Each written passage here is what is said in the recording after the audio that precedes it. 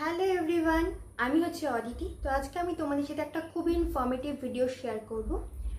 How to start PR journey, কীভাবে PR journey শুরু করবে। তো আমি পিয়ার জার্নি শুরু করেছি খুব বেশি দিন হয়নি, কিন্তু এর মধ্যেও আমি অনেকগুলো ব্র্যান্ডের সাথে কোলাবোরেশন করে ফেলেছি।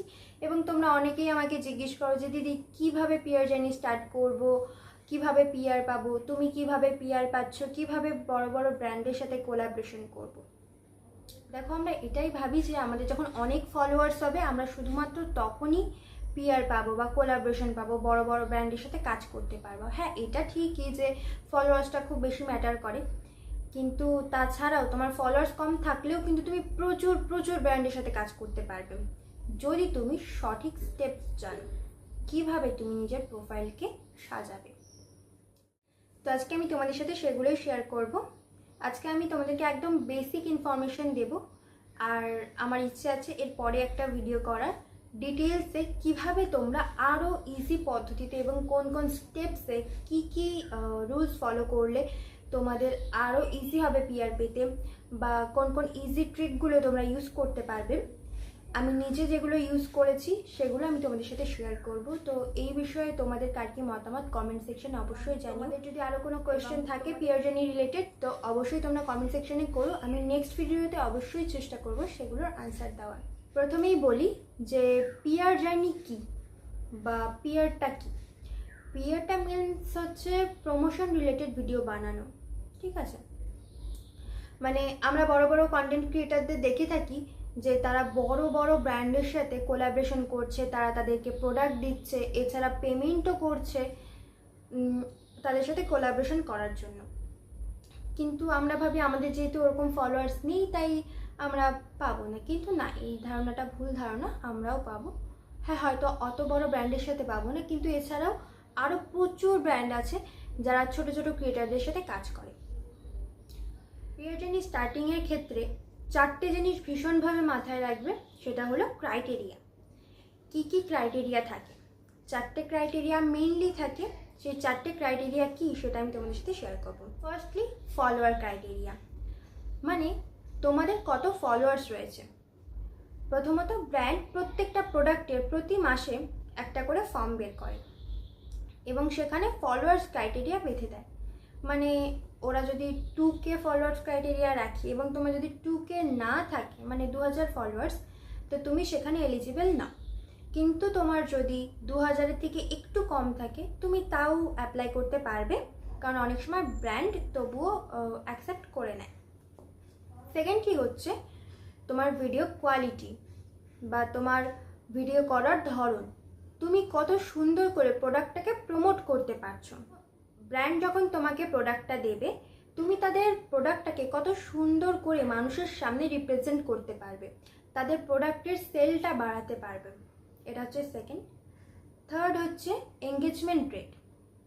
এঙ্গেজমেন্ট রেটের ক্ষেত্রে তোমার ভিডিওতে লাইকস, ভিউজ, কমেন্টস, শেয়ার এগুলো কত। কারণ যত বেশি মানুষ তোমার ভিডিওতে কমেন্টস করবে প্রোডাক্টের লিঙ্কের জন্য, তত তোমার এঙ্গেজমেন্ট বাড়বে। শুধুমাত্র লিঙ্কের জন্য না, কমেন্ট করলেও। তাহলে কি ব্র্যান্ড ভাবে যে তুমি খুব অ্যাক্টিভ ক্রিয়েটার, তোমার এঙ্গেজমেন্ট খুবই ভালো। এবং ফোর্থ হচ্ছে সবথেকে বড় বিষয়, যেটা তোমার পোর্টফোলিও বা তোমার প্রোফাইলটা তুমি কত সুন্দর করে সাজাতে পারছো। তুমি যত সুন্দর করে নিজের প্রোফাইলটা সাজাতে পারবে, কারণ প্রতিটা ব্র্যান্ডই তুমি যখন তাদের ফর্মটা ফিল আপ করছো, নিজের প্রোফাইল লিঙ্ক তো সেখানে দিতেই হয়, তো তারা কিন্তু তোমার প্রোফাইলটা চেক করবে। চেক করার পরেই কিন্তু তোমাকে সিলেক্ট। সেখানে যদি তোমার প্রোফাইলটাই তাদের পছন্দ না হয়, তারা কিন্তু তোমার সাথে কোলাবোরেশন করবে না। তাই সুন্দর করে নিজের প্রোফাইলটা সাজাতে হবে যেন ব্র্যান্ড আসা মাত্রই তাদের পছন্দ হয়ে যায়। আর কোনোভাবেই কিন্তু এই চারটে জিনিস মিস করা যাবে না। আর এই চারটে জিনিসের মধ্যে কোনো একটা ক্রাইটেরিয়া ম্যাচ করলেও কিন্তু ব্র্যান্ড অনেক সময় কোলাবোরেশন অ্যাকসেপ্ট করে। এবার বলি তোমরা কিভাবে স্টার্ট করবে স্টেপ বাই স্টেপ। দেখো, এক্ষেত্রে তিনটে জিনিস তোমরা করতে পারো। একটা হচ্ছে পোস্ট, সেকেন্ড হচ্ছে স্টোরি, থার্ড হচ্ছে রিল। পোস্ট মানে যে প্রোডাক্টটা তোমরা পিআরে পেয়েছো বা যে প্রোডাক্টের প্রমোশন করবে, সেটার একটা ছবি তোমরা পোস্ট করলে একটা ভালো ক্যাপশন দিয়ে, হ্যাশট্যাগ তো অবশ্যই ইউজ করবে।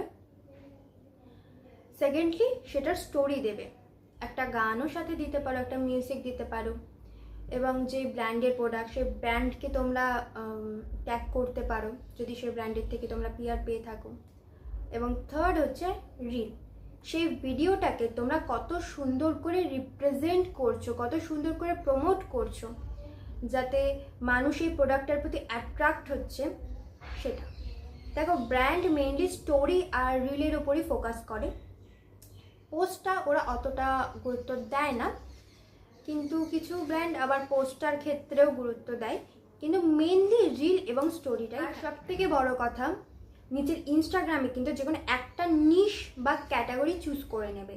মানে তুমি কোন ক্যাটাগরির উপর ভিডিও বানাও, তুমি যদি প্রমোশন রিলেটেড ভিডিও বানাও, প্রোডাক্টের প্রমোশন করো, সেক্ষেত্রে তুমি সেই রিলেটেড ভিডিওটাই বানাবে এবং সেই ক্যাটাগরির ভিডিওগুলোই তুমি করবে। দেখবে তোমার রিচ কিন্তু আস্তে আস্তে বাড়বে। তোমার যদি ফলোয়ার্স কমেও যায়, তোমার রিচ কমে যায়, আস্তে আস্তে কিন্তু বাড়বে। আর হ্যাঁ, সব থেকে বড় বিষয় কিন্তু কনসিস্টেন্সি। একদম ধৈর্য ধরে কিন্তু তোমাদেরকে ভিডিও বানাতে হবে, কারণ পিআর জার্নিটা ভীষণ বড় একটা ধৈর্যের ব্যাপার। তো এগুলো ছিল একদম বেসিক ইনফরমেশান। তার জন্য কিন্তু অবশ্যই করে আমাকে ফেসবুক, ইনস্টাগ্রামে ফলো করতে হবে এবং ইউটিউবে অবশ্যই সাবস্ক্রাইব করে দেবে এই ধরনের ইনফরমেটিভ ভিডিও পাওয়ার জন্য। এবং তোমাদের যদি কোনো রকম কোনো কোয়েশ্চেন থাকে, আমাকে ইনস্টাগ্রামে পার্সোনালি SMS করতে পারো, আমি তোমাদেরকে অবশ্যই হেল্প করার চেষ্টা করব। আজকের জন্য এইটুকু, টাটা।